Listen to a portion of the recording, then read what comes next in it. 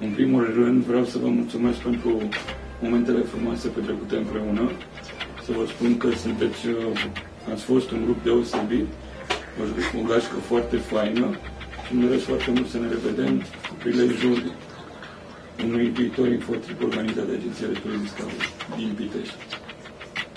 Încă o dată vă mulțumesc. Emilia, vă mulțumim că ați fost alături de noi. Sper că v-a plăcut gașca de nebun de la Discovery. Știți că suntem niște profesioniști, deci puteți să apelați la serviciile noastre. Și pentru orice nelămuriri sau chestii pe care considerați că nu le-ați reținut pe parcursul infotripului, sunați-mă. Vă mulțumesc! Hai. Bună ziua! Pentru cei care nu-și amintesc numele meu, vreau să spun că eu sunt Emilia, alias Pamela. Unii colegi nu vor să recunoască, dar nu mai faceți semne iubire. Unii colegi nu vor să recunoască, dar eu sunt Emilia. Ca urmare, drept urmare, eu am scris și biletele, deci mi-a fost atât de drag să-mi scriu numele meu pe hârtie. Știți, numele proștilor cu toate gardurile, dar mai puțin important. În fine, să ajungem la agenția Discovery, cea mai bună, cea mai minunată și cea mai numai la superlativ. Acum să trecem la treabă, cităm ProTV-ul. Ce să vă spun? Ați fost minunați, mi-a fost drag să vă cunosc, mi-a fost drag să vă avem aproape. Pe viitor mi-aș dori să vă vedem în următorul infotrip pe Bulgaria, cine vrea anunțăm de acum.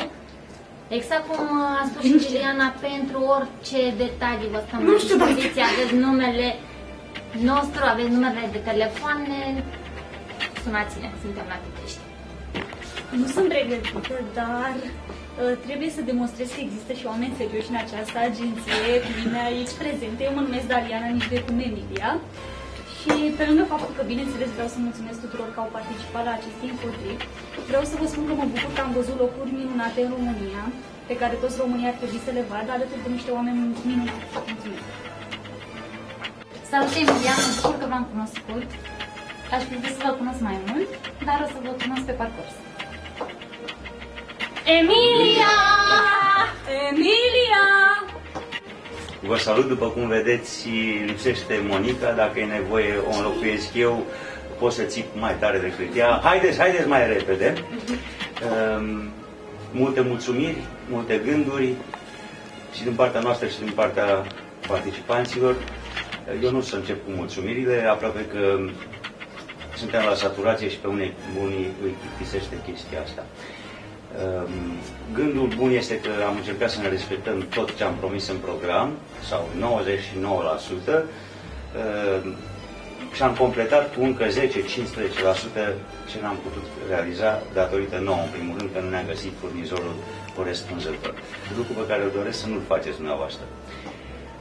Sper să țineți minte că am petrecut o săptămână minunată împreună și că după un pic de veselie înainte de sezonul pe care îl doresc foarte bun, putem face și bani împreună.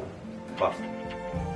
Te ajutăm să-ți completezi albumul cu imagini din călătorie. Apelează la noi pentru excursii în țară sau în străinătate. Apelează la agenția de turism Discovery Pitești pentru a oferi familiei și prietenilor evenimente, servicii și programe turistice, în weekend, concedii, deplasări ocazionate de sărbători. Vindem cele mai frumoase amintiri viitoare.